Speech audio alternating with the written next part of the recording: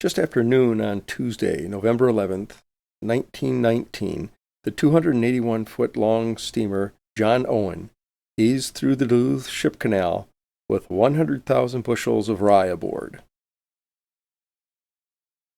Although the weather wasn't threatening, the skies foretold bad weather to come, as the steamers passed under the Duluth Canal tram and no one paid much attention.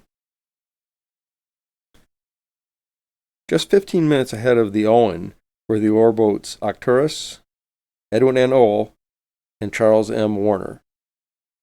Captain Andernaut of the Warner had been ashore taking his departure clearance from the harbor master along with Captain George E. Benham of the Owen.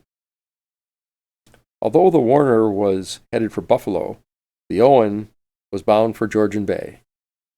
The Owen had already sat in Duluth and waited out the fierce gale of November 9th, so our captain figured that he had at least 72 hours, if not more, before Lake Superior again got angry. Here's a series of maps to help illustrate what happened on November 12th, 1919. You're looking at eastern Lake Superior between the Keweenaw Peninsula and Whitefish Bay. This is Manitou Island. Here is Stannard's Rock. I use the possessive Stannards rather than the modern Stannard because originally Captain Charles Stannard, who discovered the shoal in 1877, named it as his own. No one had the guts to change it until 1882 when the Lighthouse Board dropped the possessive S. I still like to use it because it really bugs some people. Hey, nobody said this can't be fun. This is Caribou Island. And this is the normal steamer track in 1919. Before noon on the 12th, the upbound steamer Panay sighted the downbound Owen off Manitou Island, and all was normal. Shortly before 3 o'clock that afternoon, a strong northeast gale wind suddenly rolled across Lake Superior. The captain of the upbound oarboat, Howard L. Shaw, sighted the Owen 10 miles east of the Stannard's Rock Lighthouse. The Owen had her bow to the seas and was making good weather of it. That was the last that anyone saw of the John Owen afloat. There is a report that the D.M. Clemson had sighted the Owen, quote, in danger, unquote. But unlike actual pilot house observations, the report does not give a location or a time. The Clemson did lock down 3 hours behind the Arcturus and 9 hours behind the Ohl, so she may have been in a position to sight the foundering Owen. We just don't know for sure. It was not unusual for vessels of all sizes to be greatly delayed during storms such as this one. Sometimes the delay was more than a week. The Owen was delayed at the Sioux, but the greatest concern was for the steamer O'Donnell, which was overdue at Superior. That concern was somewhat heightened at 3 o'clock Friday morning, November 14th, when the big oarboat Wilpin locked down at the Sioux. She had passed through a field of floating wreckage 10 miles off Manitou Island that included a lifeboat, parts of a pilot house, and a body in a life jacket. 2 days later, a wireless message went out from the steamer Westmount. They were passing a field of wreckage 25 miles southwest of Caribou Island. Now the owners of the overdue Owen were concerned enough to charter 2 tugs to venture out onto Lake Superior and search for additional clues and wreckage. On November 17th, the tugs Iowa and Alabama departed the Sioux in search of the identity of the boat that had left the wreckage. They returned the following day with pieces of the Owen, including her name board. Now it hit the papers. The rumors were indeed fact. The overdue Owen had gone to the bottom of Lake Superior and taken 22 of her crew members with her. On November 19th, the freighter William P. Palmer sighted a single body in a life jacket 40 miles northwest of Whitefish Point, but the lake was too rough to try and recover it. Someone could not help but compare this loss of a composite-hulled steamer whose bottom was sheathed in oak timbers up to her load line to her sister composite ship that had also been lost on Superior just 2.5 years earlier. On May 8, 1916, the steamer S.R. Kirby was rounding Keweenaw Point on her way from Ashland, Wisconsin, with a load of iron ore, and was towing the huge steel barge George E. Hartnell. A wicked spring gale had blown up across Lake Superior, and she was in heavy seas, when she suddenly broke in two and sank in less than 3 minutes. And she took 19 of her crew down with her.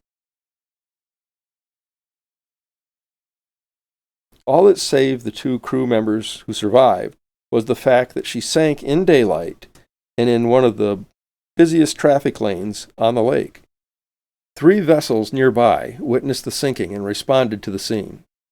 The E.H. Utley, the Joseph L. Block, and the Harry A. Burwind all arrived within about an hour, yet found nothing but floating wreckage and 2 survivors. They were second mate Joseph Mudra, who was rescued by the Burwind's crew, and stoker Otto Lindquist, who was rescued by the Block's crew.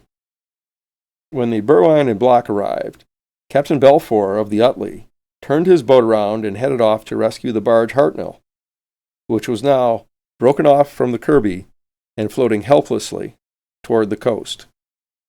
The 352-foot steel barge was heavily laden with iron ore, had 9 crew members aboard, and was now being blown right directly onto Keweenaw Point. In this storm, the rocks would have broken her to pieces and taken all of her crew to their grave as well. Through no small effort, the barge was recovered. End of story, right? No, not quite. There was second engineer James True, whose story appeared in the Buffalo Courier a week after the sinking. He told of his escape from the Kirby and how he had to dive overboard. He said that the boat's boilers exploded as she went down. He also described the heart-wrenching scene of the Kirby's captain, David C. Gurdon, desperately swimming in the frigid lake, searching for something to keep him afloat. The captain found the ship's life raft, where Otto Lindquist and Cy Smith were afloat.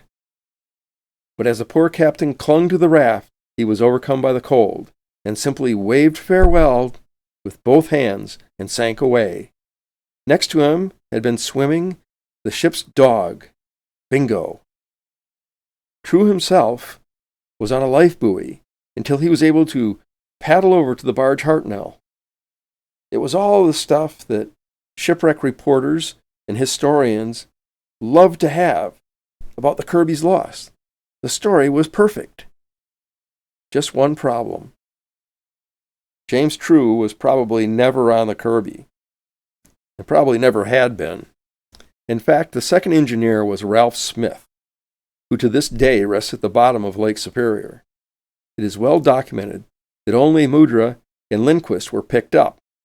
There is never any mention of a life raft, and Lindquist never mentioned being on a life raft with anyone, especially not Sylvester Smith, who also went to the bottom with the Kirby. Additionally, Mudra clearly stated that there was no kind of explosion at all. Also, the loose barge was on a 1,200-foot-long towing cable, and much too far for anyone to get to her in a life buoy. Plus, the barge's captain stated that the sea was so rough that had he tried to lower a boat and rescue anyone, the lifeboat would have been quickly overwhelmed, and the men in it would have all been lost. And finally, the person relating the story got the name of the dog wrong. The dog's name was Tige, and not Bingo. If you were on a boat, you'd have known the name of the ship's dog as soon as you came aboard, especially if it was the captain's dog. Thus, I would conclude that James True never walked the deck of the S.R. Kirby, like Tige the dog had. He was simply an imposter, putting one over on the newspaper. Oh, and by the way, Tige, the ship's dog, He was found on a piece of wreckage the day after the sinking by the Coast Guard from Eagle Harbor. When the Coast Guard got him to shore, Tige leaped from the surf boat and ran off into the woods, apparently glad to see dry land again. After some extensive searching, the Coast Guardsmen found the English Bull Terrier, and eventually he was returned to the captain's widow. Probably by boat.